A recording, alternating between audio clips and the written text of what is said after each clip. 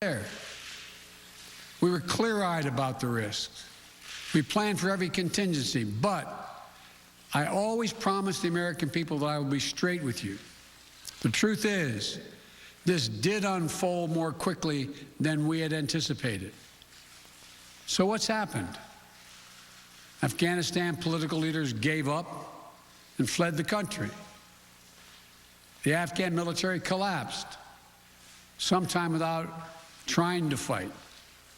If anything, the developments of the past week reinforced that ending U.S. military involvement in Afghanistan now was the right decision. American troops cannot and should not be fighting in a war and dying in a war that Afghan forces are not willing to fight for themselves. We spent over $1 trillion. We trained and equipped an Afghan military force with some 300,000 strong, incredibly well equipped, a force larger in size than the militaries of many of our NATO allies. We gave them every tool they could need. We paid their salaries, provided for the maintenance of their Air Force, something the Taliban doesn't have. Taliban does not have an Air Force. We provided close air support. We gave them every chance to determine their own future. What we could not provide them was the will to fight for that future. There's some very brave and capable Afghan special forces units and soldiers. But if Afghanistan is unable to mount any real resistance to the Taliban now, there is no chance that 1 year, 1 more year, 5 more years, or 20 more years, the U.S. military boots on the ground would have made any difference. Here's what I believe to my core. It is wrong to order American troops to step up when Afghanistan's own armed forces would not. The political leaders of Afghanistan were unable to come together for the good of their people, unable to negotiate for the future of their country when the chips were down. They would never have done so while U.S. troops remained in Afghanistan, bearing the brunt of the fighting for them. And our true strategic competitors, China and Russia, would love nothing more than the United States to continue to funnel billions of dollars in resources and attention into stabilizing Afghanistan indefinitely. Billions of dollars in resources and attention into stabilizing Afghanistan indefinitely. When I hosted President Ghani and Chairman Abdullah at the White House in June, and again when I spoke by phone to Ghani in July, we had very frank conversations. We talked about how Afghanistan should prepare to fight their civil wars after the U.S. military departed, to clean up the corruption in government so the government could function for the Afghan people. We talked extensively about the need for Afghan leaders to unite politically. They failed to do any of that. I also urged them to engage in diplomacy, to seek a political settlement with the Taliban. This advice was flatly refused. Mr. Ghani insisted that the Afghan forces would fight, but obviously he was wrong. So I'm left again to ask of those who argue that we should stay, how many more generations of America's daughters and sons would you have me send to fight Afghanistan's civil war when Afghan troops will not? How many more lives, American lives, is it worth? How many endless rows of headstones at Arlington National Cemetery? I'm clear on my answer. I will not repeat the mistakes we've made in the past. Mistake of staying and fighting indefinitely in a conflict that is not in the national interest of the United States, of doubling down on a civil war in a foreign country, of attempting to remake a country through the endless military deployments of U.S. forces. Those are the mistakes we cannot continue to repeat. because we have significant vital interest in the world that we cannot afford to ignore. I also want to acknowledge how painful this is to so many of us. The scenes we're seeing in Afghanistan, they're gut-wrenching, particularly for our veterans, our diplomats, humanitarian workers, for anyone who has spent time on the ground working to support the Afghan people, for those who have lost loved ones in Afghanistan, and for Americans who have fought and served in the country, serve our country in Afghanistan. This is deeply, deeply personal. It is for me as well. I've worked on these issues as long as anyone. I've been throughout Afghanistan during this war, while the war was going on, from Kabul to Kandahar to the Kunar Valley. I've traveled there on 4 different occasions, spoken to the leaders. I spent time with our troops, and I came to understand firsthand what was and was not possible in Afghanistan. So now we're focused on what is possible. We will continue to support the Afghan people. We will lead with our diplomacy, our international influence, and our humanitarian aid. We'll continue to push for regional diplomacy and engagement to prevent violence and instability. We'll continue to speak out for the basic rights of the Afghan people, of women and girls, just as we speak out all over the world. I've been clear, the human rights must be the center of our foreign policy, not the periphery. But the way to do it is not through endless military deployments. It's with our diplomacy, our economic tools, and rallying the world to join us. Now, let me lay out the current mission in Afghanistan.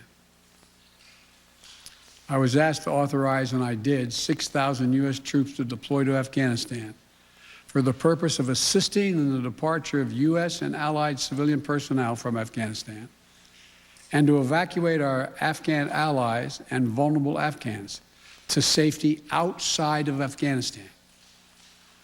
Our troops are working to secure the airfield and to ensure continued operation of both the civilian and military flights. We're taking over air traffic control. We have safely shut down our embassy and transferred our diplomats.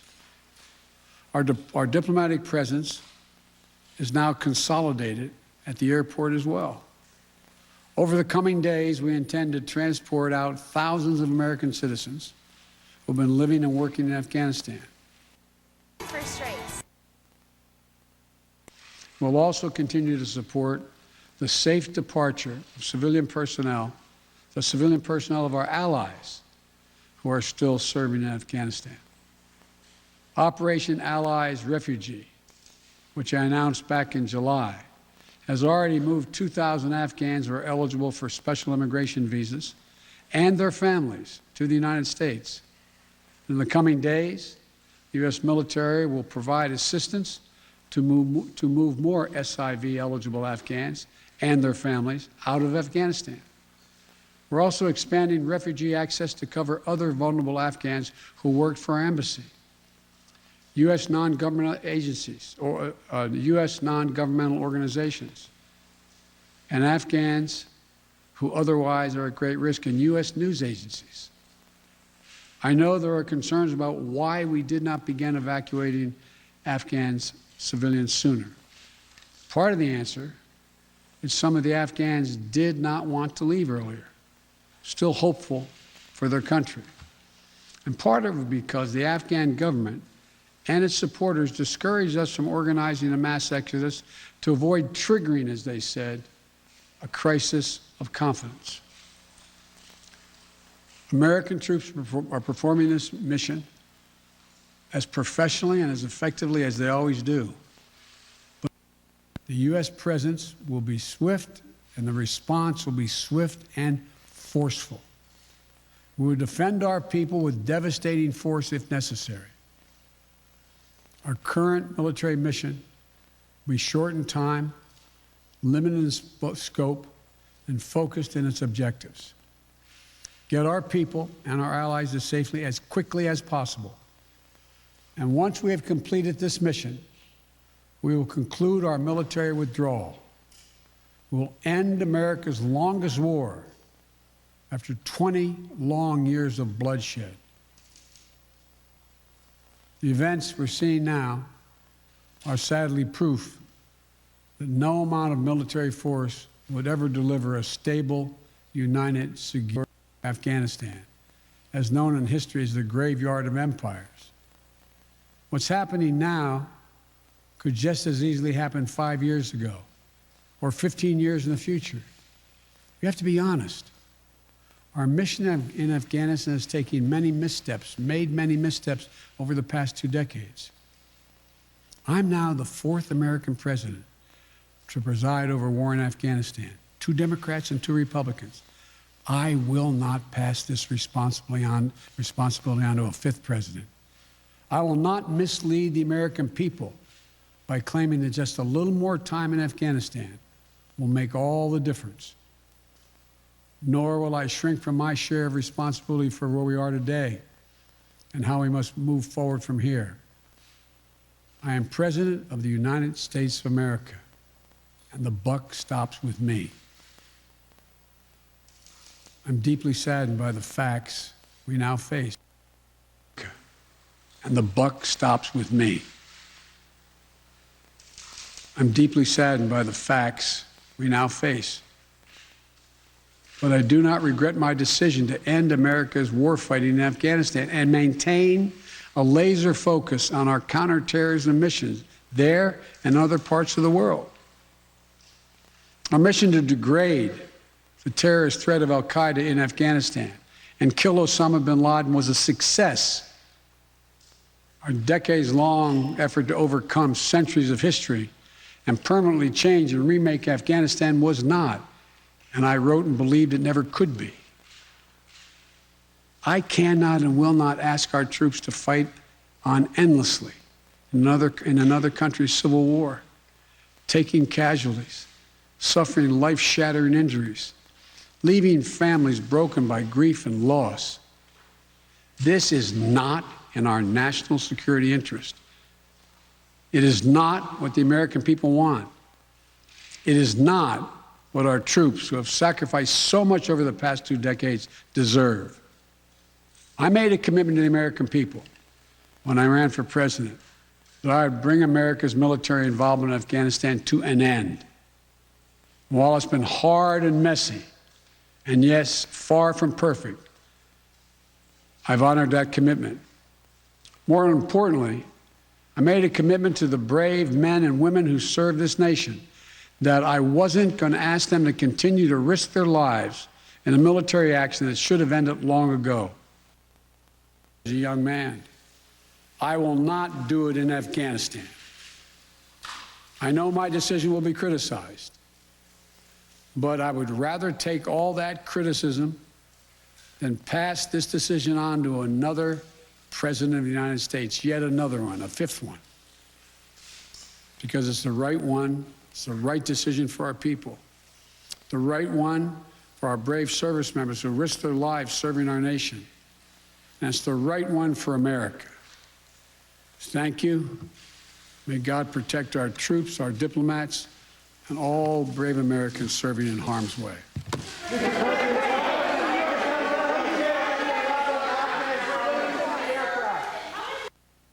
Forensic evidence prove her story.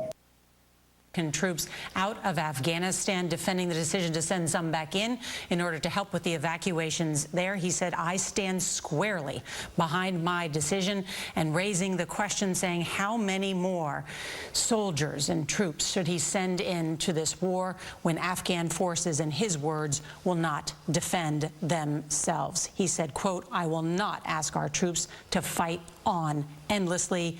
Afghanistan and being there, in his words, quote, this is not in our national security interests.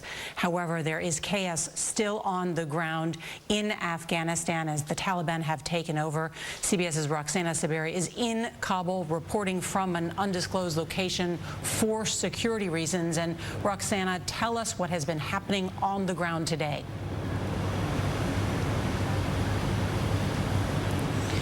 Well, Nora, the Taliban now say they're back in charge, and their entry into the city was so swift that it set many Afghans into a panic.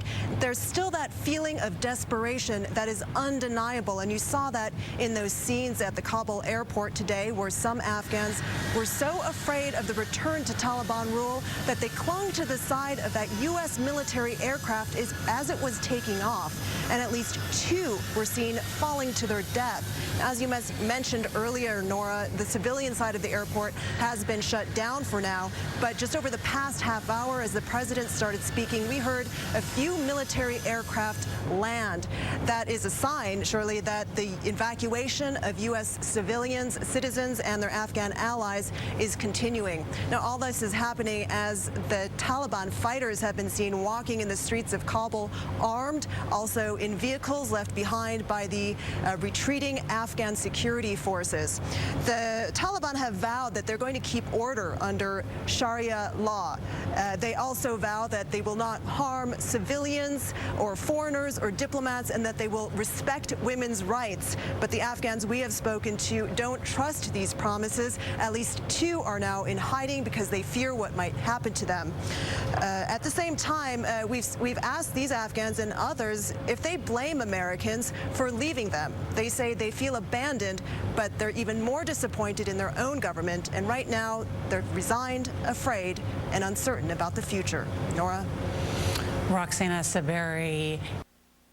Some frustration or disappointment with what the future holds in terms of what President Biden promised in terms of advocating for the rights of Afghan people. He said we'll engage in regional diplomacy, we'll continue to speak out for Afghan girls. Speaking out, unfortunately, realistically, is going to be very limited in terms of the effects that it is going to have here on the ground in Taliban-ruled Afghanistan. He talked also about rallying the world to join in with the U.S. Well, you know whose embassy isn't shut today, Jake? Russia's, China's. Those embassies staying open, those countries still engaged. And the fact that we just heard the State Department less than a week ago saying the embassy's not closing, guys, and the message is one of enduring partnership, those words sound hollow. And because those words sound hollow, the words we heard from the president, I believe, to many Afghans will also sound hollow. Jake. Fareed Zakaria, we had this experience on my show yesterday with Secretary of State Blinken. They want to talk about whether or not the U.S. should stay in Afghanistan for another 20 years. That's obviously more comfortable terrain for the Biden administration than the manner of this exit and the idea of why it has been so ineptly and incompetently done, why President Biden didn't listen to military leaders who talked about how quickly, and intelligence officials who talked about how quickly the Taliban might take over the country, how quickly everything could collapse. The only time I really heard him addressing this, Fareed, was when he explained why they didn't take out so many Afghan translators, et cetera, earlier, and also when he said there was never going to ever be a good time to leave Afghanistan. Jake, I think you put it well. Look, President Biden made some important points that to an American audience will ring true. The point that ultimately we failed in trying to nation build in Afghanistan, but more importantly, in simply defeating the Taliban. Let's remember, the Taliban controlled 5% of the country in 2001, roughly, once we ousted them. They were up to 50% by the time Donald Trump was in office, when there were 15,000 American troops in the country. So the Taliban had been gaining ground. It's a fantasy that we could have kept 2,500 troops there. Biden was right about that. He was right about the fact that in general, the United States mission had not found a way to defeat the enemy, to build Afghanistan. All that, I think, for Americans will ring true. The part, as you say, that's more complicated is the withdrawal, the tactical issue of how they did it. Could they not have quietly set a plan in place? Could they not have recognized that this would happen very quickly, and therefore they needed more troops there early? Part of the problem here, Jake, is that the Pentagon, I believe, told them speed is safety. When you get out fast. Well, that is not compatible with securing an airport, making sure that everyone can get to it, or an orderly processing of people, particularly Afghans. And there, frankly, there was a hard choice to make, which was, do you overrule the Pentagon and say, no, we're going to keep forces there, we're going to build up, we're going to hold so that we can do this in an orderly fashion. Remember, the Taliban has not attacked American troops. So it is possible there was a better way to get out. But, you know, as I've said, Jake, at the end of the day, the problem is we lost this war several years ago. We have not been able to defeat the Taliban. Biden did pull the Band-Aid off. And I think he took a very tough decision, a brave decision. And maybe at the end of the day, there is no elegant way to lose a war. Congress could reform. Lester? Andrea, thank you. Let's get to NBC's chief foreign correspondent, Richard Engel, who's on the ground in Kabul. Richard, we talked to you a moment ago. You said it sounds like planes are flying again. Are they in any danger from ground fire from the Taliban? They are in danger, but we've seen some harassing fire from the Taliban. It seems like mostly celebratory fire going up at the planes to annoy them, to show the Taliban that they have strength. But we have not seen any kind of rockets or anti-aircraft fire. Now, the Taliban has those kind of weapons. They could bring them in, but they have not done that so far. And just over the last several minutes, we've seen several or heard several jets come in. You might be able to hear one of them behind me right now. It's quite faint, but they've been coming in at a very rapid clip. They land. They're on the ground for a couple of minutes, and they take off. So it seems like the United States is now trying to make up for time that was lost while the airport was overrun today with people trying to escape. The biggest thing that people here in Kabul are going to hear is that President Biden said that human rights are the center of his administration. People today were trying to escape with their lives. They fear that the U.S., or they believe that the U.S. has abandoned them, abandoned hope, abandoned women in this country, and they will say, how could it possibly be, faced with the scenes we saw at this airport just a few hours ago, that the president comes on national television and makes an address and says human rights are the cornerstone of his policy. And Richard, from what you've seen there, are the Taliban in such numbers that this appears like an occupation, or is their appearance scattered throughout the city? They are trying to present themselves not as an occupation, but as the new government. And they are going around, in some cases, knocking on doors, trying to be friendly. They are smiling. They are driving around in their vehicles with the white Taliban flag. They are telling people not to be afraid. They are encouraging Afghans, including Afghan translators, to stay and say that they won't be punished. Whether they can be believed is another story. But right now, the Taliban is trying to bask in its victory. It says that what it achieved was a gift from God that no one in the world could possibly have achieved, and they are riding high at the moment. We will see if they are challenged, if people start to disagree with their policies, how the Taliban will react. And then the final issue about terrorism. It's not just about territory. It's not just about being on the ground. It is the symbolic victory. Al-Qaeda affiliates today have already been celebrating the Taliban victory, that the Taliban was able to push the United States out of Afghanistan. And that is a significant thing, because first you had ISIS. ISIS was destroyed. Al-Qaeda was a diminished shell of itself. But now with this very public Taliban victory and the U.S. pulling out under fire and the evacuation flights happening right now to try and get people out as quickly as possible, the international jihadi movement is now seeing itself reinvigorated and inspired. Okay, Richard Engel in Kabul, thank you. I spoke earlier with General David Petraeus, who's one of America's former military commanders in Afghanistan. You pressed the president asking about what he made of what he was seeing and whether or not anything would change, and he told you then, I do not regret my decision. He stood firm on that again today. Absolutely, David. It is clear that the president is staying the course. As you said, I asked him about it point blank last week, if his current plan to withdraw would change, and he said no. And he re-emphasized today the amount of money that has been poured into Afghanistan, the equipment that has been given to the Afghan forces. The president continuing to say this is on the Afghan forces, that they need the will to fight for their country. And David, what stuck out to me the most is when the president said America Americans should not die in a war that Afghan forces cannot fight for themselves. He said it repeatedly throughout his remarks in different ways, and it's just clear that the president is not budging on this point. Now, we also understand that the president wanted to make clear to the American public that why we were in Afghanistan and what America's interests are in Afghanistan, and even speaking to criticism, saying that he would not pass this war along to another president, and he is sticking with that plan. David. Stephanie Ramos, our thanks to you. And on that point, Terry Moran, Stephanie brings up the president saying we've spent more than $1 trillion, that he was not going to send any more men and women of our armed services over into Afghanistan, making a point that he knows polling in the past has shown the American people agree with.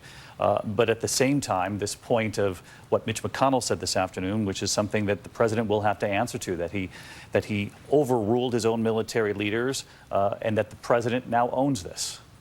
Exactly, David. It's a speech that seemed to miss the moment. He gave a speech defending his decision to be the president who did withdraw all American forces from our longest war in Afghanistan. And he's right, and you're right in the sense that that is a popular opinion in the United States. The American people, if they give any thought to American troops in Afghanistan over the past several years and more, the only thought was, what are we still doing there? And Joe Biden wanted to be the president, as did Donald Trump, as did others, as John Carl pointed out, to withdraw the troops. The question is this disaster that we are watching in front of our eyes in Kabul, in Afghanistan, throughout Afghanistan, and its impact on American power and prestige around the world. And he didn't answer the question as to how his administration bungled this. In fact, he shifted blame. He said, the buck stops here, but it was hard to see where he actually accepted responsibility. He blamed former President Trump. He rarely mentions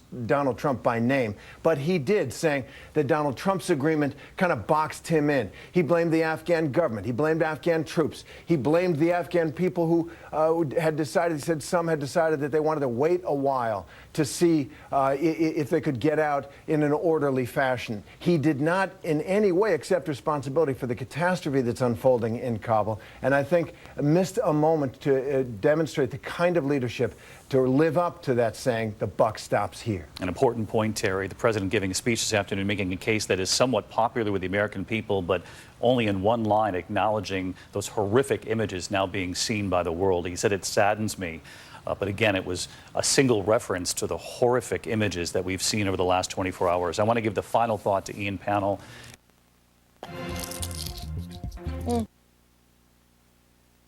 Did some good work, but we can't stay there. There are nations in Asia. 100% using the Harry S. Truman sign that was on the Oval Office desk. The buck stops here. He said the buck stops with me. However, also in the speech, he said he was essentially boxed in by the previous administration, President Trump's deal with the Taliban, and that the Afghans never came through. General Keane rightly pointed out that there were 2,500 troops that were providing, U.S. troops providing air cover, stiffening the spine of Afghan forces as Joe Biden was inaugurated. Since that time, there have been 3 times where troops are being put in now. 7,000 troops. And the question, there are a number of them, but what are the rules of engagement for those troops? And I think you'll get that at these briefings, a lot of these questions. How long will the air bridge be set up and be maintained for not only the Americans, but the tens of thousands of Afghans who helped the Americans? And what exactly happens next? Because this over-horizon wish list of attacking terrorists in Afghanistan does not really address Al-Qaeda 3.0. You know, Brett, I thought it was a little disingenuous on the part of the president to point out that, I couldn't reverse this decision that my predecessor had, and he reversed virtually all of his key decisions via executive order or other means, right. But that it was trying to blame him for this. We don't know how it would have gone had there been the troop withdrawal that President Trump had argued for by May 1st, how he would have reacted to a surge on the part of the Taliban during that time and that changeover. But I did see a lot of scapegoating there on the part of President Biden. I guess going forward here, this evacuation and how it's handled, and reminding the Taliban, don't you dare interrupt that or disrupt that. We learned in Saigon nearly half a century ago that the North Vietnamese were fine letting that play out on TV and not interrupting it because the images were golden to them. Are these images golden to the Taliban? 100%. And they're going to get support from China and Russia. China's already put out a statement saying that they will recognize the Taliban, and just that fear factor alone about them being in power is going to change the dynamic. I'll say this: the president said that it is not in the national security interest of the country to be in Afghanistan. There were a lot of generals, a lot of military folks who said the exact opposite, that a small force at Bagram Air Base would have provided a lot of security, not only for the Afghan forces, but also the possible lily pad that you would have to do if something happened in Iran, or if something happened in Russia, or throughout that region. The president said that human rights is the center of his foreign policy. But arguably, the Taliban is not exactly human rights centric. And he's saying after that that they will speak out against any atrocities against women. That's really tough for a lot of soldiers, a lot of people. The Bush administration spent a lot of time doing things with Afghan women, starting businesses, getting them around the world to different places. It's just a different mentality, and a lot of that speech was defensive. You know, about the argument for, keeping some contingent, some force in place there was to prevent another 9/11, that in the 20 years since we've been in Afghanistan, there have not been follow-up attacks on our soil. Some have attempted. But that's a big issue that maybe will come up here. Brett, thank you very, very much. How are these Afghans supposed to even process their visas? The embassy has been closed. It is also an incredibly bureaucratic process. They have to fill out pages and pages in English online. Good afternoon from the storm center at KELO TV. We've got sun out there, but we also have smoke in the air. 87 degrees in Sioux Falls with a south wind at 19 miles per hour. In Aberdeen, 89 degrees there, gray sky with a south breeze continuing to blow. In Pierre, the air is quite thick with smoke as well, but 97 degrees in the south wind. And in Rapid City, look how thick that smoke is. A hazy 96 degrees with hardly any wind. For tonight, it is going to be a hazy night. That smoke hanging in, actually even thickening as it moves in from the west. Our overnight lows upper 60s to the low 70s with a southerly breeze. Tomorrow is going to be hazy. It is going to be hot. It is going to be humid. It's going to be breezy. South winds 15 to 25 miles an hour. Highs in the 90s to around 100. And yeah, humidity is building as well. We'll have a complete forecast coming up later from the Storm Center at KELO TV. Tirelessly with our partners in the international community. You may have seen last night, the United States organized a joint statement with 98 signatories, calling on all parties to respect and facilitate the safe and orderly departure of foreign nationals and Afghans who wish to leave the country. Today, Secretary Blinken spoke with Russian Foreign Minister Lavrov, PRC State Counselor and Foreign Minister Wang Yi, Pakistan Foreign Minister Qureshi, UK Foreign Secretary Raab, NATO Secretary General Stoltenberg, Turkish Foreign Minister Çavuşoğlu, and EU High Representative Josep Borrell. Yesterday, he spoke with Australian Foreign Minister Payne, French Foreign Minister Le Drian, German Foreign Minister Maas, and Norwegian Foreign Minister Søreide. Other senior officials have been making calls to their counterparts as well around the clock. Additionally, the UN Security Council issued a joint press statement earlier today calling for a new government that is united, inclusive, and representative, including with the full and meaningful participation of women. The Council spoke with one voice to underscore that Afghanistan must abide by its international obligations, including to international humanitarian law, and ensure the safety and security of all Afghans and international citizens. The situation will continue to remain fluid in the coming hours and likely in the coming days. Nevertheless, we are operating on multiple fronts and around the clock to protect our people, those who have worked side by side with the United States over the years, and other vulnerable Afghans. Now, and you didn't have enough money to take care of the dog. Hi. What's up, Nick? 80 points. Traditional, the delicious. we offer our deepest condolences to all who suffered the loss of loved ones or saw their homes or businesses destroyed. We are in close contact with Haitian authorities to respond to the earthquake and any requests for assistance. On Saturday, USAID deployed a Disaster Assistance Response Team, or a DART, to lead the U.S. government's humanitarian response efforts.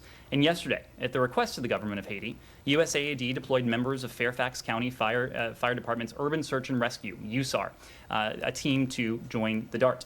So far, the DART conducted an aerial assessment and is continuing to assess the damage. They will also identify priority needs and coordinate with the government of Haiti and humanitarian partners. U.S. Coast Guard air crews are transporting medical personnel and supplies from Port-au-Prince to Jérémie and Le Cay, and are evacuating injured citizens to higher level of care facilities in Port-au-Prince. At the request of USAID, Southcom is sending 2 UH-60 and 2 CH-47 helicopters from Joint Task Force Bravo to provide critical airlift support to ongoing relief efforts. We are also closely tracking Tropical Storm Grace, which is expected to reach Haiti today, potentially exposing people to further devastation.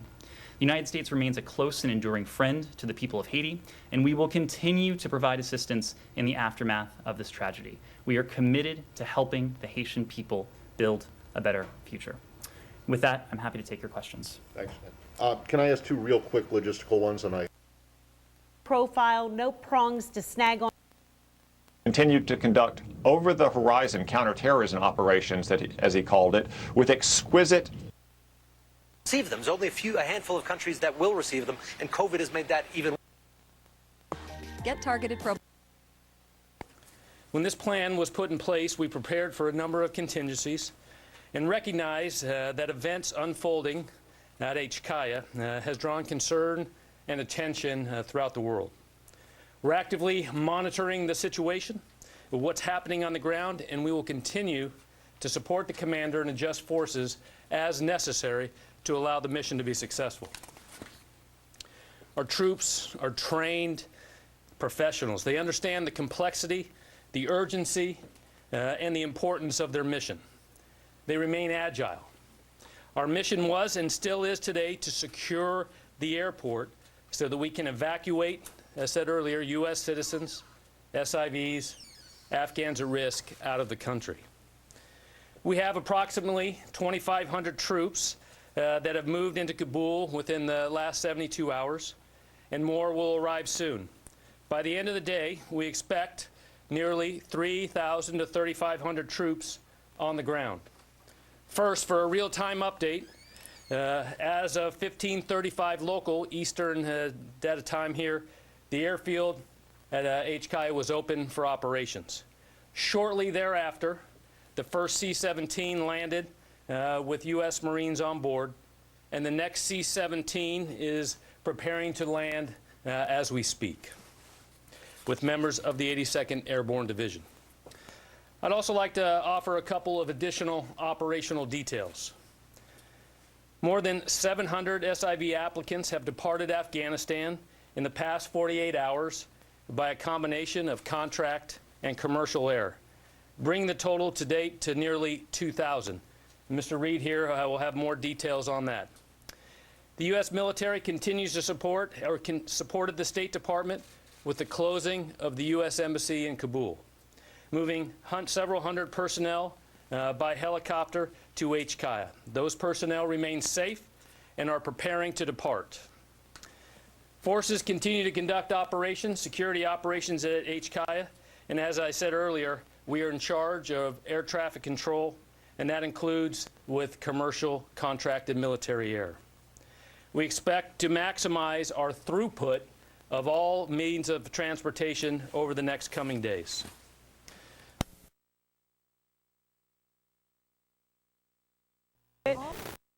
Past 72 hours and the diplomatic and the political implications of that. We are, as you have seen in any number of venues, we are coordinating closely with Afghanistan's neighbors. As we've said, the Secretary, other senior officials in this building, our ambassadors in their respective capitals around the world have engaged governments in the region and much farther afield on an aligned approach to the evolving situation. And you've already started to see some of the fruits of that. I think most notably, and I mentioned this at the outset, you saw the statement that emanated from the UN Security Council. Obviously, the UN Security Council has a permanent set of members, several of whom are among our closest allies in the world, and a couple countries where our interests are rarely aligned. Nevertheless, this document, it is quite strong. It is quite clear. I think it is reflective of the broad consensus that has emerged from the international community about not only our thinking, what the United States may or may not do going forward as we assess ultimately what has come to pass, but what the international community will do.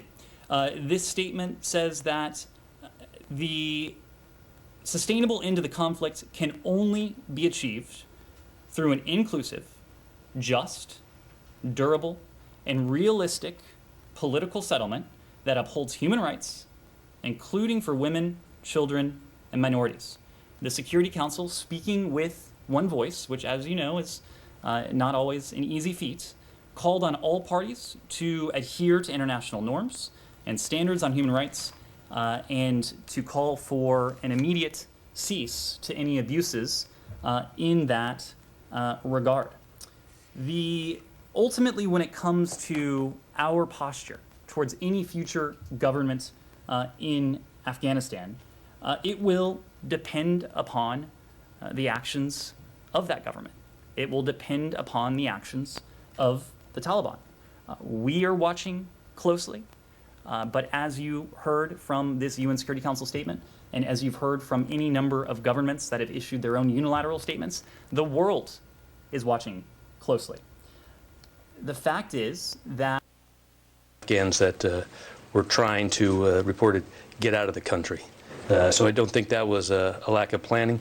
As we look at the coordination with those that were responsible for securing that, we'll look at our mission, though, as I talked earlier, is now that the airfield's open, is to make sure that it remains open.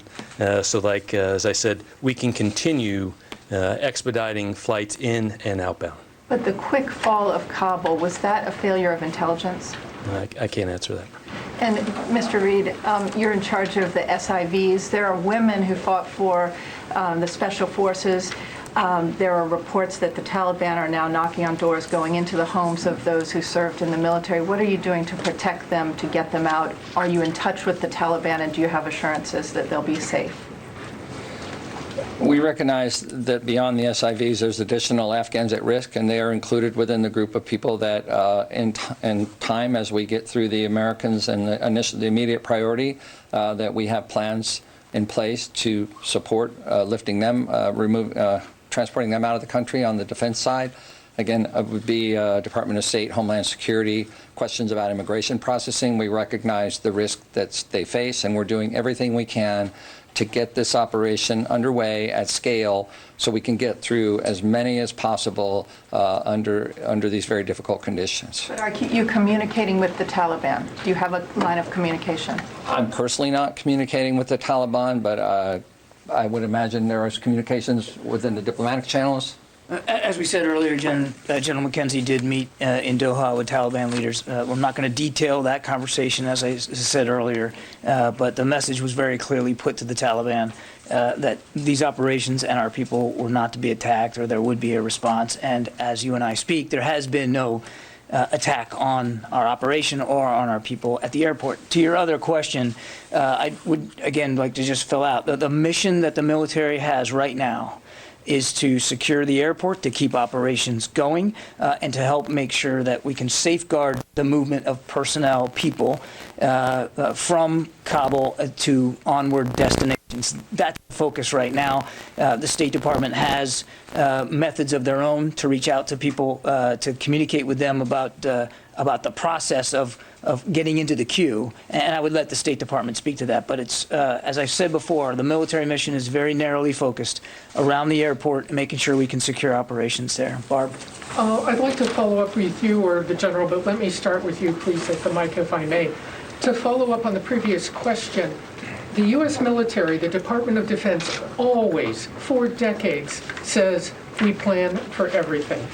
Clearly, whatever you planned for did not get planned for at the airport. We've now seen a C-17 with more than 600 people sitting on the floor, with the pilot making the decision that he would fly them out anyhow, even though that's an extraordinary number of people. We've seen, the world has seen all the scenes at the airport. So my two questions are, what failed in your planning? Because you didn't plan for this. You would not have planned to fly in such dangerous circumstances. And how do you determine where the responsibility lies for this failure? Well, first of all, Barbara, I would take issue with your designation of this operation at the airport as a failure. But let's get back to that in a second. Let's get back to that in a second. Yes, we do plan for all manner of contingencies. This is a planning organization, and we do that specifically to try to mitigate risk and to try to be ready for unforeseen circumstances. But it's not a perfect process. Plans are not always perfectly predictive, and as is a well-known military maxim, that plans don't often survive first contact, and you have to adjust in real time. And I think when you look at the images out of Kabul, that would have been difficult for anybody to predict. Yes, we did plan on non-combatant evacuation operations as far back as May. There were drills being done here at the Pentagon to walk through what different non-combatant evacuation operations might look like. There was another one recently done just 2 weeks ago, a tabletop exercise to again examine what a non-combatant evacuation would look like out of the Hamid Karzai International Airport. I mean, specifically at the airport. And we think that those... To us. No. I'm not going to let them get away with this. We have to take... As well as other forces in the region. So a lot of what you're seeing transpire, the reason we can be so quick with upwards of 6,000 troops is because we anticipated the possible need to do this. Now, could we have predicted every single scenario and every single breach around the perimeter of the airport with only a couple of thousand troops on the ground? Absolutely. You know, there are changes that happen. So plans are terrific, and we take them seriously, but they are not and never have been perfectly predictive. When you practice this, was one of the scenarios a complete Taliban takeover of the capital? There was certainly, as you do exercises, I don't want to go into too much detail here on these, but it would certainly be wrong to conclude that the United States military did not view as a distinct possibility that the Taliban could overrun the country and including Kabul. Now, as we've talked about here many times, it happened very fast. And one of the things that we couldn't anticipate and didn't anticipate was the degree to which Afghan forces capitulated, sometimes without a fight. But the president said that he did not see that happening. Did you tell the president that you thought it was a possibility the country would be overrun? We won't speak to advice and counsel that our leaders here in the Pentagon give to the president. What I can tell you is that in the planning that we've done and in the exercises and drills we ran, we certainly ran them against the possibility that the Taliban would make significant gains throughout the country. Yes, absolutely. Carla. Speaking of the images we've been seeing at the airport, a U.S. official has told VOA that there's an investigation currently underway about multiple civilian deaths when a C-17 took off from the airport.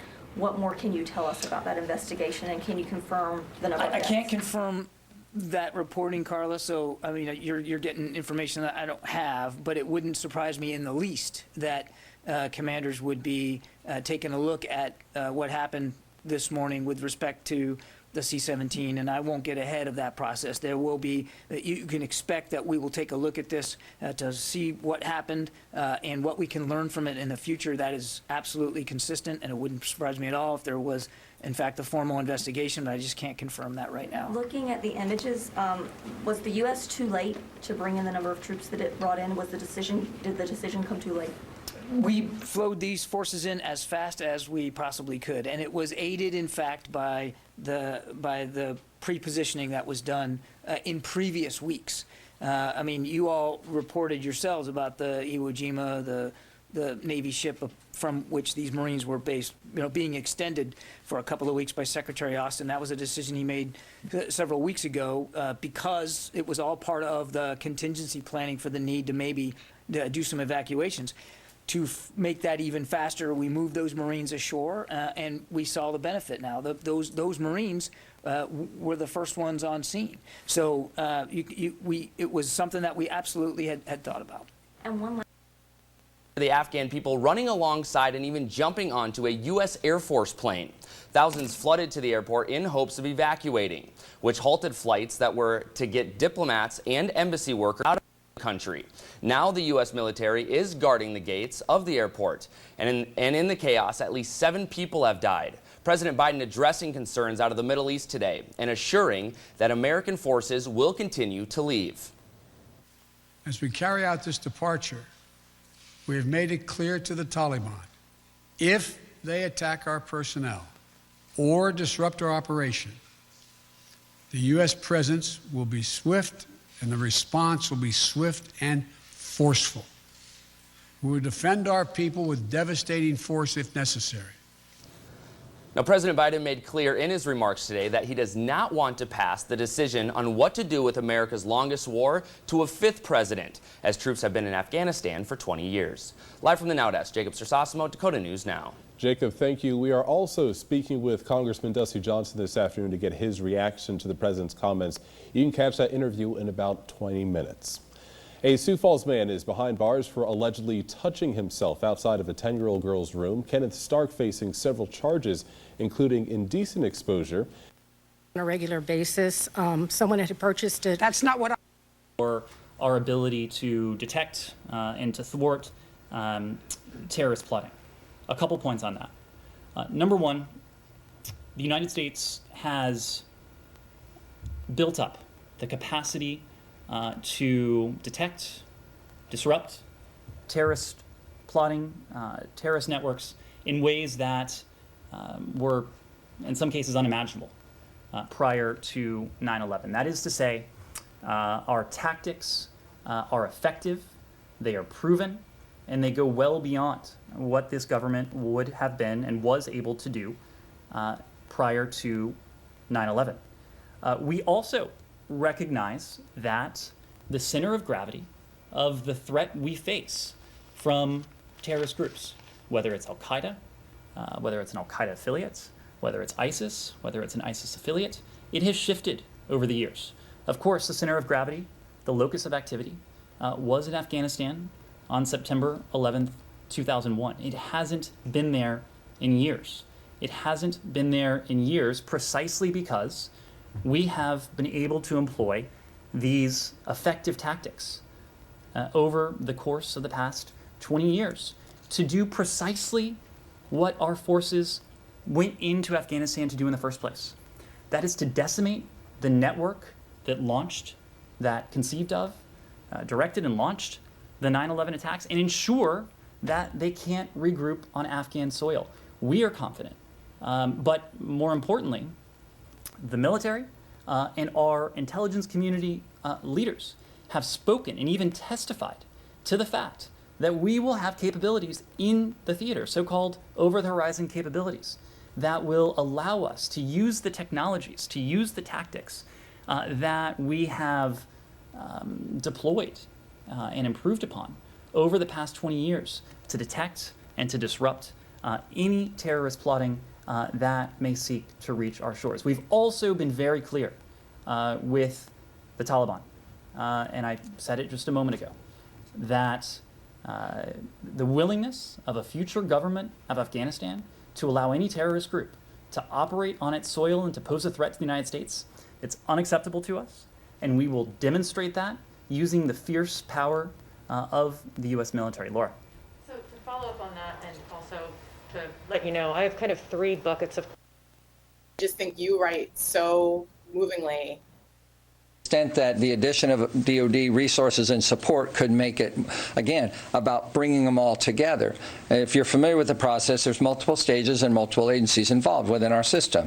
This gave us, because of our resources, the ability to have a base with a location. We could bring that together and speed up something that may have otherwise taken weeks into a matter of days. And it became more economical. We increased the throughput of that process and create capacity to do more. So that's really the contributions of the Defense Department. I think we need to get to the phones too a little bit. I haven't done that yet. Dan Lamothe, Washington Post. Thank you, John. To drill down a bit on the flights out that we've seen on video, my colleagues at Defense One have reported there were in excess of 600, perhaps 640 people on a C-17 flying out. And you also took a question this morning in your first briefing and said you'd try to get back to us on it. There appeared to be 2 people that fell from that aircraft, likely to their death. Can you confirm those things? Thank you. On that video footage that I know we've all seen of something falling off the wing, I don't have an update for you in terms of specific validity of that. We're obviously just as interested in you and learning more about what happened there. And on the first question about the C-17 with fully loaded, again, I don't have any additional information about that particular aircraft and that particular flight, but we'll continue to try to dig down and see if there's more information that can be had about that. It's obviously difficult from 8,000 miles away to have perfect knowledge about everything that's going on the ground over there. But again, we're working hard to keep the airport secure and keep these operations now sustained now that they're back on track. Nazira. Thank you so much, John. As you know, I'm from Afghanistan, and I'm very upset today because Afghan women didn't expect that overnight all the Taliban came. They took off my flag. This is my flag. And they put their flag. Everybody is upset, especially women. And I forgot my question.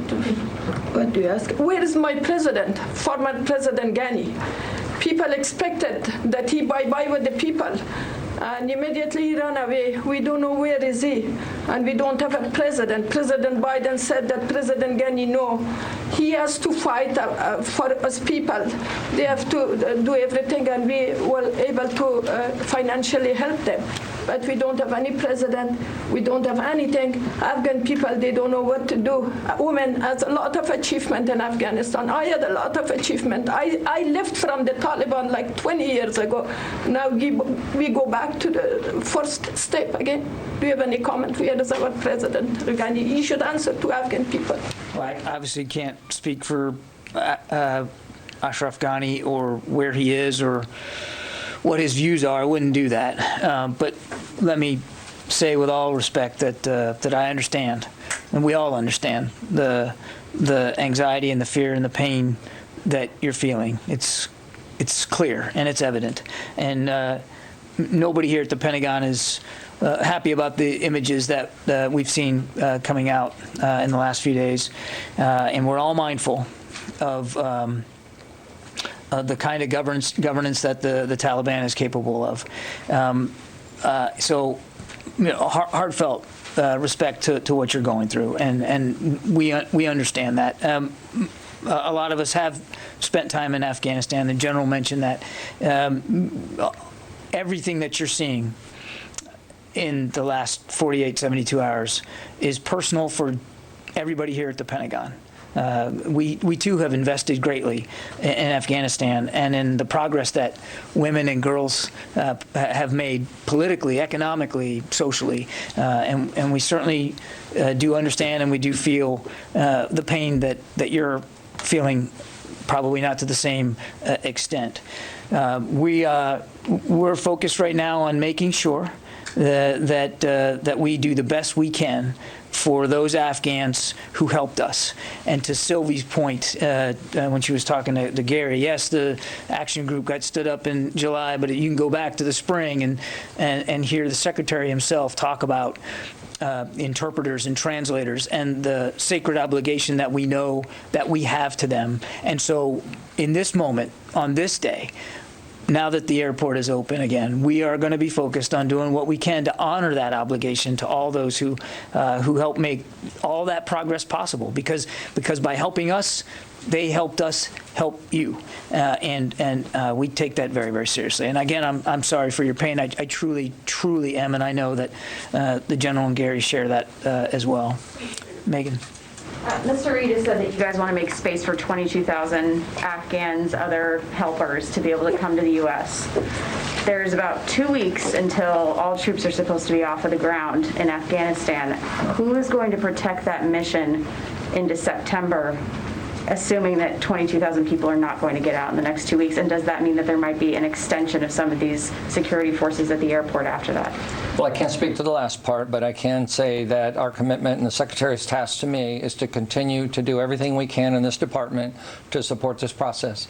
And as conditions change and opportunities change, we will do our very best to make whatever resources this department has to contribute to continued success in that regard. Understanding it could be very difficult.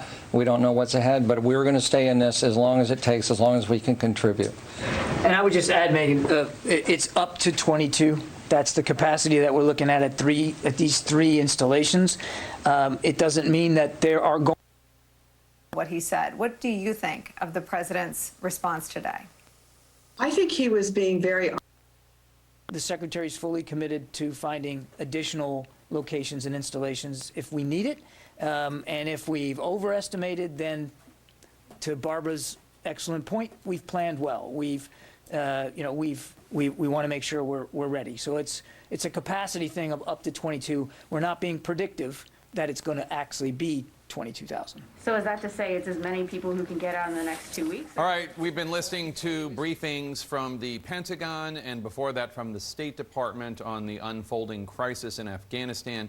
We heard a top general there confirming that more American troops are about to arrive in the country's capital of Kabul. They're prepared to defend themselves and those evacuating the country if necessary. I have been told by a White House source that securing the airport in Kabul is priority one. The State Department urged all Americans remaining in Afghanistan to continue to shelter in place, to not head to the airport in Kabul, which is not yet secure. Let's go to Kabul right now, where we find CNN's Nick Payton-Walsh. Nick, we just heard an update from the Pentagon on the evacuation of Afghan allies. These are these special immigrant visas, individuals who helped the U.S. military during the war, whose lives are now at risk from the Taliban. CNN's learned the Pentagon's hoping to relocate up to 30,000 Afghans into the U.S. Tell us more about what you're hearing on the ground. Well, I have to say, the figure 30,000 sounds extraordinary, and having spent the last few weeks listening to the Pentagon outline an Afghanistan that sounds extremely viable to justify their own policy, it often doesn't correlate with the reality here. So the notion of the 30,000 Afghans here who've worked close enough with the US while they were here to qualify for special treatment, to be allowed to leave Taliban-controlled city like Kabul and then head through Taliban checkpoints to the airport. We've been hearing during the night earlier what sounded like gunfire in the direction of the airport. That to me is an extraordinary suggestion to make. Obviously, you know, we heard suggestions that the Afghan security forces would stand up and fight and had a very strong air force and would essentially give the Taliban the run for their money. And now here we are standing in a Taliban-run Kabul at this point. So I heard all that, and I'm sure there are many Afghans here deeply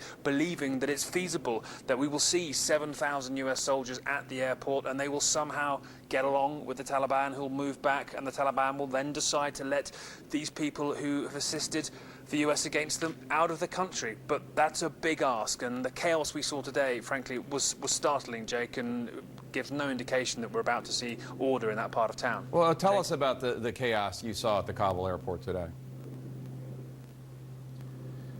Yeah, I mean, there is essentially a number of roads towards the airport, but what's extraordinary is that the feeling in this city when the Taliban moved in quite so slowly, quite so peacefully, was panic amongst so many. They believed maybe they could get onto civilian aircraft. Those civilian flights were cancelled. Then the US started bringing in their cargo. We've started hearing again what I think are flights coming into the airport after a bit of a suspension. But earlier on this afternoon, we saw some extraordinary scenes at the airport where essentially the Taliban are right up against US forces now. This is the only way out for so many. The airport road jammed, chaos, over $1 trillion spent, and this is what the end looks like. Walk where you can't drive. Just ahead of us is the gate into the airport, and this is the panicked scene of many people still moving there despite how hard it's been. At the entry to the last bit of Afghanistan America controls, there is panic. They're shouting tanks, right? Yeah, they say that. Let's turn around. Tanks, someone shouts. But who is doing crowd control outside America's evacuation spot? The Taliban. With vehicles they've taken from the Afghan army, paid for by America, now used to keep the desperate crowds back, people whose only hope is to get out, possibly with American help. Crowding at gates, trying to clamber walls originally built to keep an insurgency out, at one time pushing en masse and being sent running. Nearly every gate with a crowd fueled with the idea this is their only way out. But inside the airport, the Great Escape was not going according to script, and check-in security had collapsed. Afghans, convinced the promise of a flight out was their only life ahead, clambering over walkways and tarmac the US spent billions on to maintain its presence. And then this startling image, one of the US's largest cargo planes taxiing, laden with Afghans who did not want to be left behind. Later, a plane takes off, and what you're about to see is disturbing. As the plane ascends, two objects, or people, appear to fall from the fuselage. But the sheer scale of those who needed help meant it was even harder to come by. Civilian flights cancelled. Even the Americans had to pause operations till they could regain control. The US always wanted to win hearts and minds here, but their swift, unconditional departure has instead filled them with panic. Now, Jake, I don't know how you go from those scenes today to the vision that John Kirby at the Pentagon was outlining there. And it will take an extraordinary act, frankly, of diplomacy with the Taliban here, who the US have simply said they will attack with their overwhelming force if they ever come into clashes here. Those 7,000 troops will be flying into an airport that probably is still some degree of chaos. Yes, we are hearing the flights starting again, but it is a mammoth operation. It is, even by their own best estimates, probably going to take a number of weeks to get 30,000 people out. And now that news is in the city, it will fill people with hope again, possibly false hope, and possibly encourage again the sort of scenes we've seen, because there just isn't the process, really, as you approach that area, in which if you do have a proven seat, you can get inside the airport. It is quite startling, and I don't really know how they're going to pull this off. We didn't really understand how they would pull it off when the government would still be in place here. Now the Taliban have taken over. It seems, I wouldn't say far-fetched. Everyone here hopes it's viable, but at the same time, I can't see it. Jake? And Nick, we've been covering on this show for months this idea of these Afghan allies, interpreters and others, trying to get out of the country. People warning the Biden administration, this needs to happen before the Taliban control the roads, before the Taliban control the towns and villages. President Biden addressed that in his speech. He said one of the reasons they didn't get them out is because some of the Afghans decided that actually they wanted to stay because they were hopeful for a future in Afghanistan. And the other reason, he said, is that the Afghan government, such as it was at the time, told them not to cause a mass exodus for fear that that would cause a crisis in confidence in the Afghan government. What's your reaction to that? How credible do you find those claims? I actually have to say, I have heard both those things before, although the point you have to realise, Jake, is that over the past years, people who felt threatened, people who felt they had the capacity, have already left. So it has been people either heavily devoted or lacking the resources who've still stayed in Kabul, who wanted to get out. The idea of this being a real problem for the Afghan government, seeing a mass exodus. I did hear that from a now former Afghan government official. They were deeply concerned that if we're going to have to fight a war against the Taliban and all the people that the US had trained over their time here were all trying to get out on planes, that would sap their manpower. But that's been frankly, for years too. So it was extraordinary to hear him essentially say, well, they just didn't want to leave yet, because it is frankly hard now to find Afghans who wouldn't jump at that particular opportunity. I've heard someone say, I'm going to wait and see what happens, a couple of times maybe. But the other extraordinary thing to hear today was at the Pentagon, where they essentially threw the State Department under the bus, saying this SIV program has been around for a while, it was pretty slow and we had to get involved. That was extraordinary to me. Yeah. Nick Payton-Walsh, stay safe. Thank you so much for your excellent reporting as always. Let me bring back in some of my panelists, Caitlin Collins at the White House. President Biden, he's left the White House, we're told. He's on his way back to Camp David. What are you hearing from his closest advisors about how they feel the speech went?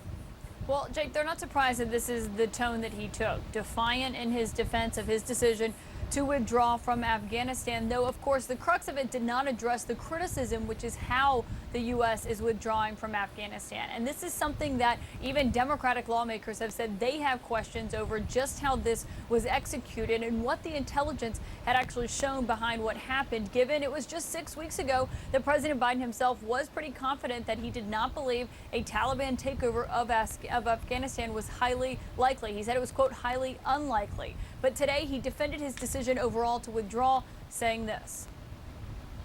I always promised the American people that I would be straight with you. The truth is, this did unfold more quickly than we had anticipated. So what's happened?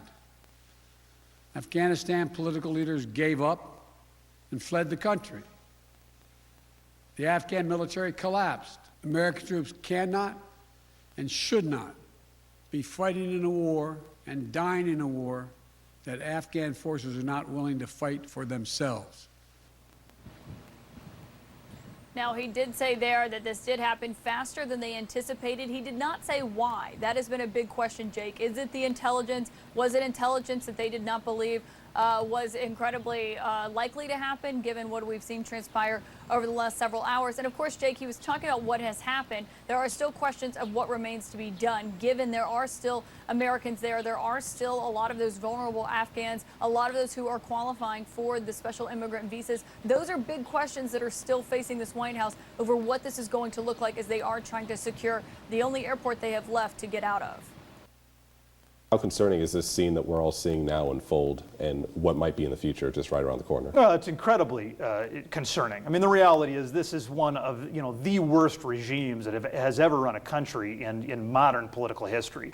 I mean, the Taliban tortured people. They absolutely destroyed personal freedoms in Afghanistan when they were in control last time, particularly for people who are pro-democracy, who are pro-freedom, or who are pro-women being educated, having jobs, being able to speak for themselves with some degree of independence. The Taliban was absolutely terrible. And so this was in many ways a lose-lose situation for America. And my heart goes out to all of the people who invested time in the last 20 years to trying to bring freedom to that corner of the globe. This has been very difficult for them, I know.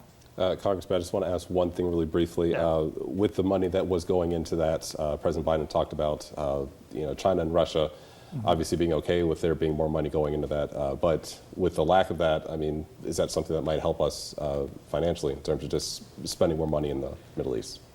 Well, I mean, we did spend $1 trillion over 20 years. And, that is obviously real money.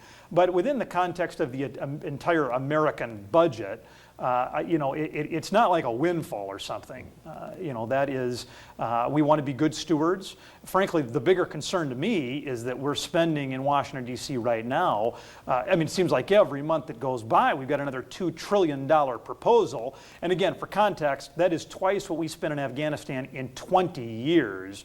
So I wouldn't go spending the savings from Afghanistan yet, because I think Washington, D.C. has a spending problem far above and beyond that. Well, Congressman, thank you again for joining us. We're going to take a quick break. We'll be back in just a moment. Hi, I'm Jen. I'm a nurse and I'm a mom. I became eligible. Kick pain with Aspercream.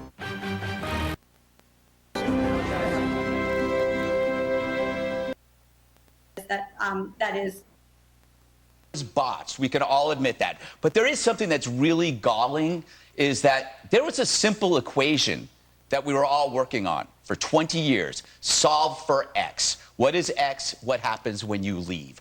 I cannot believe, with all these experts and all these commanders and all these really, really bright people, we couldn't foresee this. 20 years we couldn't prepare for this.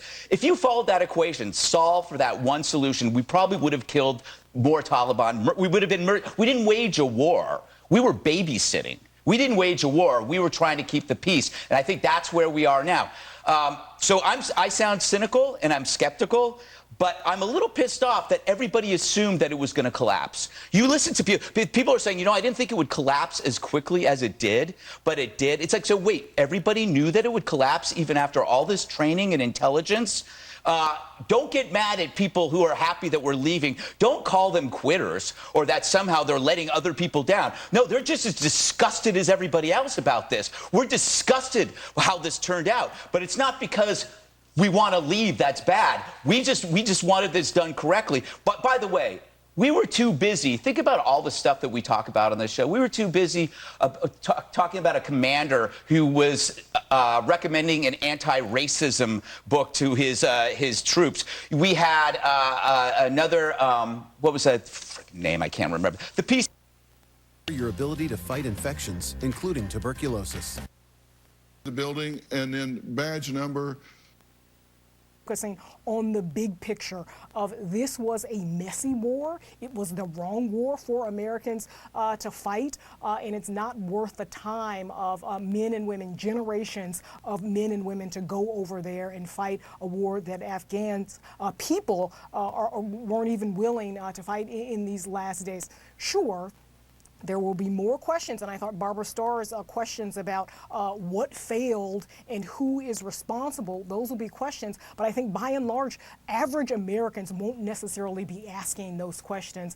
They will be glad that this war is coming to an end. All right, thanks one and all. Joining us now, retired General H.R. McMaster, President Trump's second national security advisor. He discusses Afghanistan in his book, Battlegrounds, the Fight to Defend the Free World. General McMaster, good to see you as always. What should President Biden have said to the American people today, and what did you think of what he did say?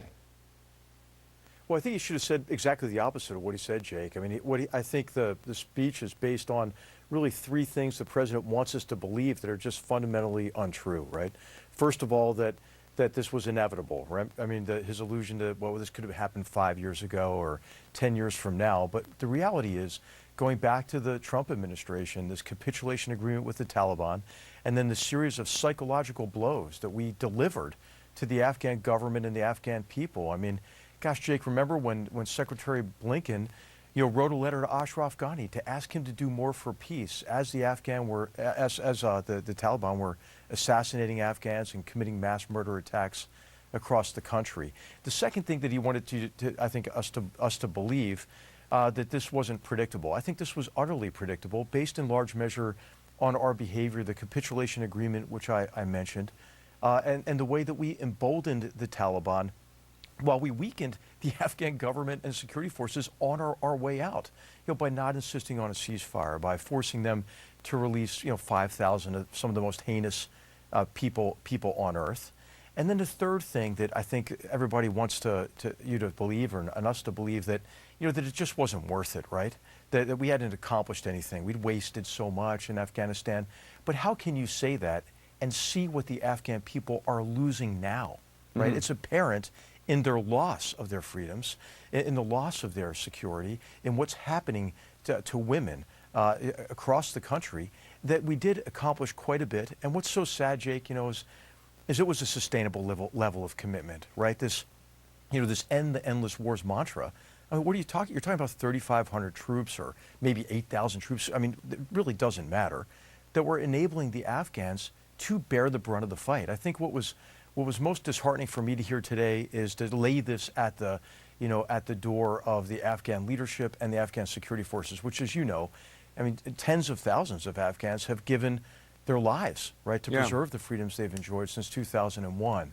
So Jake, and also, I just would like to say one last thing, Jake, here too, and I'd love to hear where you want to take the conversation, but I think also there's a sense now that we can't do anything more, right? We can just evacuate these 30,000. What about the rest of them, Jake? You know, where are the humanitarians in the Biden administration now? You know, there are tons of civilian flights, charter flights that have been donated. There are third countries that are willing to take Afghans, to take Afghan women and Afghan university students, and they're lined up, ready to go. What if we give a damn about human rights? I mean, I can't believe that the president mentioned human rights in the speech at the same time as he was talking about the very narrowly circumscribed mission. You know, Jake, as your reporter has said on the ground, you know, you need safe quarters. So you need areas that people can come to. You talked about the capitulation agreement with the Taliban. That was negotiated by the previous administration. The capitulation agreement. Absolutely. I wonder how much. Let me just ask you, because I want to. There's plenty of blame to go around. Yeah. No, I know you're criticizing both Trump and Biden. I wonder how much you think the Taliban played the Trump administration by negotiating this peace agreement that they ultimately were not willing to make any concessions in, and then also the political leader who went on social media, the political leader of the Taliban who went on social media, I think his name is Mullah Baradar. I believe I'm pronouncing that correctly. I might not be. Baradar. So he was captured by the Pakistanis in like 2010. He was freed in 2018 during the time that the Trump administration was pushing forward this diplomatic agreement. He went to Doha. He became part of the Taliban negotiating team. And now he's, you know, in Kabul. He's in the presidential palace. How much of this? Yeah. Obviously, the buck stops with Biden, but how much of the stage was set by Trump? No, or set by the Obama administration, you could say, right? That's the administration under which the Taliban Political Commission was opened. It was always a pipe dream. It was always giving, you know, a stage to some of the most odious people on earth, right? Terrorists who are, I think, the enemies of all civilized people, Jake. I mean, I think that you know, the Trump administration doubled down on the mistakes of the Obama administration after the president abandoned what had been, I think, really the first reasoned and sustainable approach toward Afghanistan in 2017. And then the Biden administration doubled down on the flaws of the Trump administration and the self-delusion, really. We're seeing an end of that delusion now, but people are still clinging, you know, to the same sorts of arguments about the war. But you know, we only have a minute left, so I just want to just ask you quickly. Polls indicate that the American people don't want a U.S. military presence in Afghanistan, and they look at people like me in the media and you, retired general, and they think you're the numbskulls that got us into this to begin with. We don't want our service members dying over there for Afghans who are not even willing to fight to defend themselves. That's a very prevalent view. What do you say to that? Well, I would just say, do you expect the president to lead, or do you expect the president to, as one of your panelists said, meet the people where they are? I think it should come as no surprise that the vast majority of Americans don't support the war, because 3 presidents in a row have told them it's not worth it, right? And so I think that this fundamental misunderstanding of the war and a failure to communicate to the American people what they deserve to know, Jake, right? Hey, what is at stake there?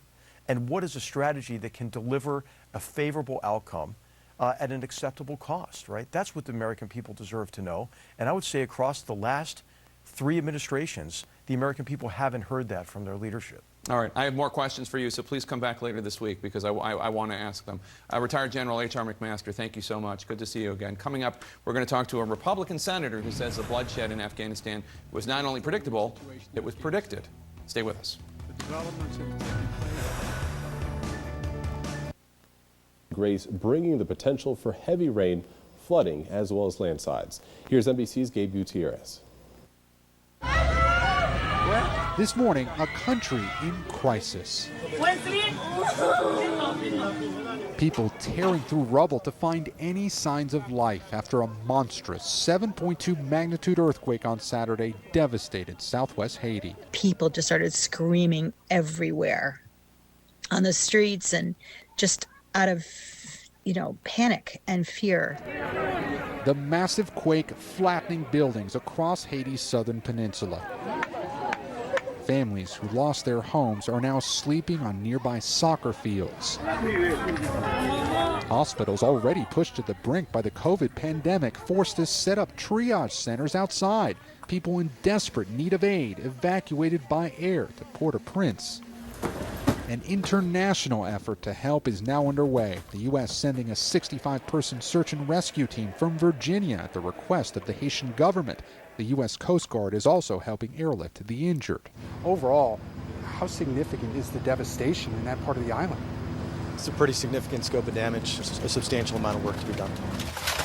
This is the latest devastation for a country that has never fully recovered from an earthquake in 2010 that killed as many as 300,000 people. Haiti is also already dealing with political chaos sparked by the brazen assassination of its president last month. And now, Tropical Storm Grace is forecast to hit Haiti by tomorrow, bringing punishing rain that could lead to flash flooding and new mudslides. Yet another blow to a country in crisis. Now, this earthquake over the weekend was actually more powerful than the one in 2010, but the difference is that its epicenter was in the southwestern part of the country, much more rural than Port-au-Prince. But still, there are now new concerns about Tropical Depression Grace, which is expected to bring torrential rain and potentially more mudslides, further complicating the rescue effort. Back to you. Gabe Gutierrez reporting. Meantime, Tropic Storm Fred is expected to make landfall this evening. Fred is strengthening as it nears the northwest Florida coast. The storm is expected to make landfall near Panama City, bringing heavy rain and storm surge. 10 million people are currently under flash flood watches across parts of the Florida Panhandle, Georgia, and southeast Alabama. Locally for us here, Tyler, I think about 10 days ago we were looking at the forecast and maybe about 20% chances of precipitation. Those have increased since then, which is real good news for us. Yeah, we're going to finally get a break from that heat and humidity and whatnot, but that's not going to get here till Thursday for some of us and by Friday for all of us in this case. And we're going to finally see some showers and thunderstorms move through. But one other thing that's back is that haze from the wildfire, that smoke. And so you can see currently across the area, while we should be seeing more sunshine and there are some clouds moving through, the hazy conditions have certainly made their comeback. And that's going to be sticking around for these. You can get vaccinated. Afghanistan forgot to stand because it felt like the American people forgot about Afghanistan. And for a long time, they really forgot about the global war on terror. And I think what's happened, especially in the last few months, is the American public largely, and even the White House, has been so consumed by the insurrection, by infrastructure, by voting rights, by many things that are important, that we took our eye off the ball when it comes to national security and foreign policy. And we can't afford to do that. The stakes are way too high. I wish it was as simple as being only about Afghanistan, but everything is intertwined. It's not the same as 2001. It's different, but it is still as important as ever. And we always say around 9/11, never forget. If we never forget 9/11, it's about understanding how we need to be unified in a response and predicting and preventing the next 9/11. It won't be the same. It'll be very different, but it will be a national security threat, and there must be a national response. And there's one point I just want to add, Nicole. If the American public knew how many people would come out of retirement to go back in the military right now to save our allies, I think they would be impressed. If Joe Biden said, hey, if you want to go save allies, come on down to the White House, you'd have hundreds of thousands of veterans and active duty people lined up. This is really a calling within a calling. And many of our generation of post 9/11 veterans are standing by to help. Even if we can't go over there, we're standing by here to have them live in our homes and set their families up for success. So there's actually an opportunity here for the president to rally our community of veterans and all Americans to resettle these interpreters and give them a second chance and really fulfill the American dream. That's the opportunity here within what is a very dark and catastrophically heartbreaking time. That's really beautiful. Let's keep having that conversation. That's incredible. If no one has said it yet today, Paul Rykoff, Jeremy Butler, thank you for your service, including talking about it all with us. We're really grateful to both of you. When we return, the plight of Afghan women fearing for their safety, the Taliban once again in control. That story's next.